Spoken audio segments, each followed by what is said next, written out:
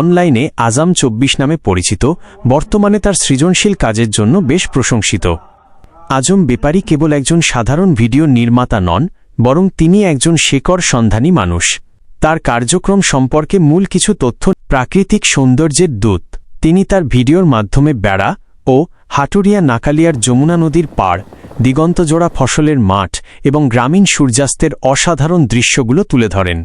যারা এলাকা থেকে দূরে প্রবাসে বা শহরে থাকেন, তাদের কাছে তার ভিডিওগুলো নস্টালজিয়া তৈরি করে। ইতিহাসের গবেষক, লোকাল হিস্ট্রি। আজম বেপারী এলাকার হারিয়ে যাওয়া ইতিহাস নিয়ে কথা বলেন, বিশেষ করে নাকালিয়া ঘাটের ঐতিহাসিক গুরুত্ব, প্রাচীন স্থাপত্য বা পুরনো আমলের জীবনযাত্রা, এলাকার নামকরণের ইতিহাস ও স্থানীয় লোকগাথা। সামাজিক সচেতনতা। তিনি মাঝে মাঝে বিভিন্ন সচেতনতামূলক ভিডিও তৈরি করেন, যেখানে পাবনার স্থানীয় ভাষায় হাস্যরসের মাধ্যমে সমাজের বিভিন্ন ভুল ত্রুটি বা কুসংস্কার সংশোধনের বার্তা দেওয়া হয়। অনলাইনে তাকে খুঁজে পাওয়ার উপায়। আপনি যদি তার নিয়মিত কন্টেন্ট দেখতে চান, তবে সোশ্যাল মিডিয়ায় নিচের নামে সার্চ করতে পারেন: ফেসবুক আজাম ২৪, আজাম ২৪; ইউটিউব আজাম ২৪।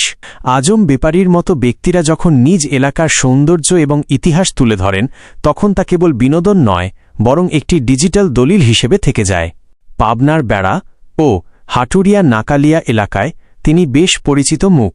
তার ভিডিওগুলো শুধু বিনোদন দেয় না, বরং অনেক ক্ষেত্রে মানুষের বিপদে পাশে দাঁড়ানো বা সচেতনতা তৈরির কাজও করে।